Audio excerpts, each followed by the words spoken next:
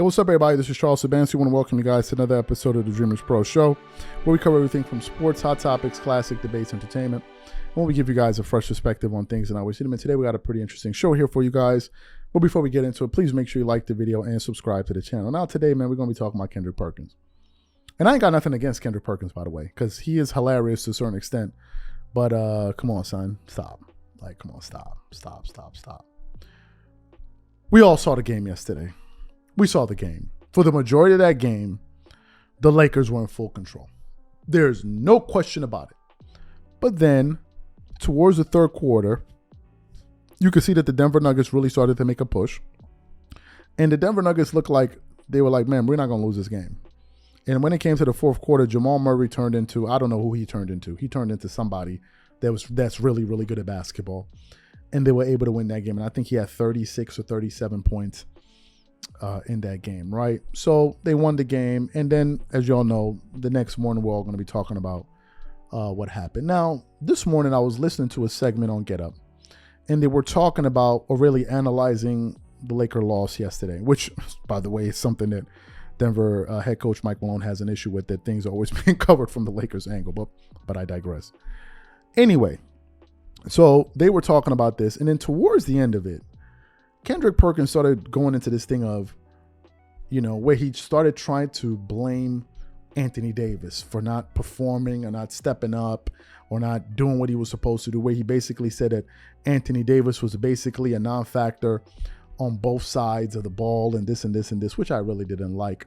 And I thought it was really distasteful because it's like, you're trying to scapegoat this guy again. It's like, yo, enough is enough. Enough is enough. But before we get into his comments, this video is brought to you by our sponsor, Aura, who's also the official sponsor of the T-Wolves. Do you know what the fastest growing crime in America is today? It's identity theft. Imagine trying to log into your email only to see that your password has been changed. Then you start getting weird notifications from your bank and credit cards only to find out that all of your personal and sensitive information has been totally compromised. If you think it can happen to you and your family, just know that in 2020, over 49 million Americans were victims to identity theft, costing them a combined $56 billion. That is why we are excited to partner with Aura, who's a sponsor of this video. Aura is the #1 identity theft and financial fraud protection. Aura monitors the dark web and alerts you if any of your passwords and accounts have been breached. And funny enough, after using Aura, I discovered some of my credentials were floating around in the dark web, and the app showed me exactly when and where the breach happened. In addition, Aura allows you to set spending alerts, and they'll notify you of any suspicious transactions. Aura is 4 times faster than any of its competitors in alerting you if someone is trying to open a credit card or obtain a loan using your name. And remember this, every 14 seconds, someone becomes a victim of identity fraud. Don't let it happen to you. Now click the link in the description and try Aura for free for 2 weeks and see if any of you or your family's personal information has been compromised. Start your free trial at aura.com/dreamerspro. And when you try Aura, by using the link in the description below, also know that you're supporting this channel. Thank you. So what we want to do is we want to play exactly what Kendrick Perkins had to say about Anthony Davis here, and then we're going to come back and unpack this thing here. So take a listen to that. And last night, my man Big Perk said, I don't know if I've ever seen LeBron and AD look this damn bad at the same time. God bless America. Tell me what you meant.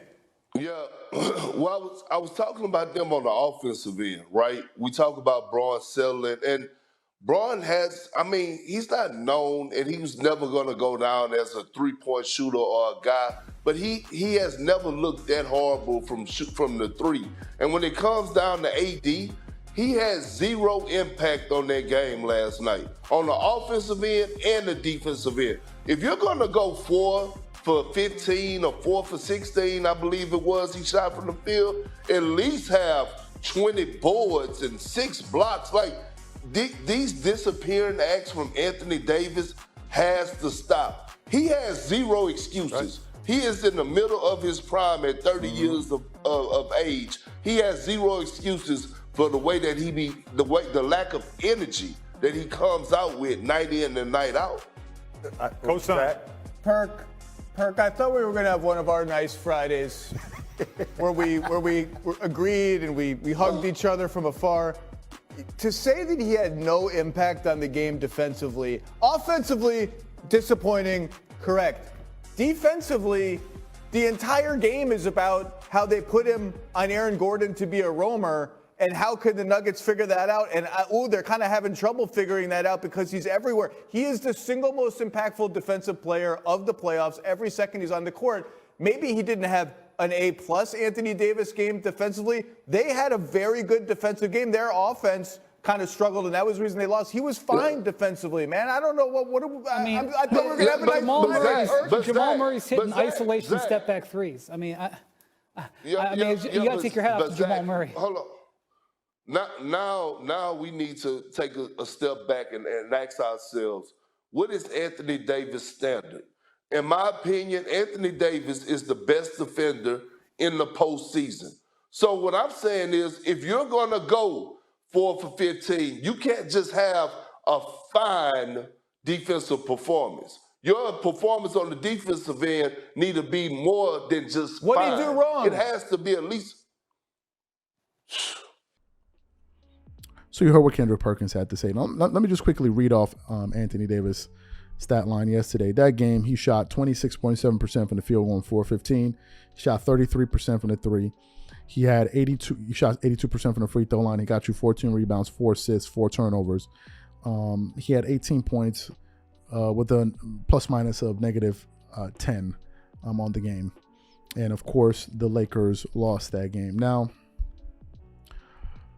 I think we need to spend some time talking about LeBron, and I'm not really interested in criticizing LeBron. And I'll tell you why I'm not interested in criticizing LeBron is for this reason. I'm not going to do what some people that support LeBron on TV do, which is basically trash everybody else's favorite player to prop up LeBron. I'm not going to do that because those guys are classless when it comes to that. I'm not doing that. The reason I'm not doing that is this. Number one, I'm tired of talking about LeBron in a negative way, number one. Number two, LeBron is one of the greatest players of all time. So there has to be some level of respect there that I'm deciding that I'm going to show. I'm not really interested in beating up on a 38-year-old.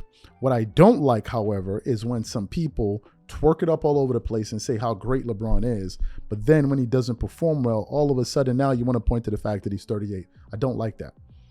Because you can't have it both ways. You can't tell me he's great, and then the minute he underperforms, he goes like, oh, well, he's old. Nah, come on, stop. Like, well, wait, is he great or is he old? Which one is it? If it's both, then just don't mention him at all, and no one will criticize him whatsoever. But to me, LeBron didn't look good in that game yesterday, but he wasn't the only one. It wasn't like as if it was just LeBron. And that's the thing Kendrick Perkins was trying to do. He was trying to basically distill that loss down to just one player by essentially saying, well, Anthony Davis is a no-show. Well, was he the only one? Was he the only one? Did LeBron play a good game too? Did you watch the game? Well, he had some good defensive moments on defense. Didn't Anthony Davis? Didn't Jared Vanderbilt? Didn't Dennis Schroeder? I mean, so what's the point? Why is it always that we got to trash one particular person? Why is it always that we got to throw one particular guy under the bus? It's like we got to throw meat to the wolves. Somebody has to get obliterated by these hungry wolves. And I think it's getting corny now. Like, enough is enough. Stop throwing AD under the bus. The fact of the matter is this. If AD didn't play the way he's been playing, Anthony Davis has been the best player for the Lakers these playoffs, period. On both sides of the floor. You can't tell me that you can't be doing this to AD when just in game one he dropped 40 points. The disrespect towards Anthony Davis is getting ridiculous now. Is he not one of yours? Like, come on, enough is enough. So I'm not here to say, oh, LeBron was trash or Anthony Davis was trash. No. What I'm here to say was they didn't play well, and the Denver Nuggets outplayed them. Hence, they won the game. No more of, oh, let's throw this guy under the bus. Let's throw that guy under the bus. I think a lot of that is just getting corny at this point. And the more we do it, we continue to make ourselves look like bozos. Like, enough is enough. Please. So these are my thoughts and opinions on this. So what I want to know from you guys is simply this. What are your thoughts on what Kendrick Perkins has to say? Do you think that, in fact, Anthony Davis was the reason they lost that game? Or do you think that it was a collective collapse that caused them to lose that game? And also, what do you think about some of the points that I was able to outline here? Whatever you guys think, please leave your thoughts and comments in the comment section, and we catch you guys on the next show. Peace.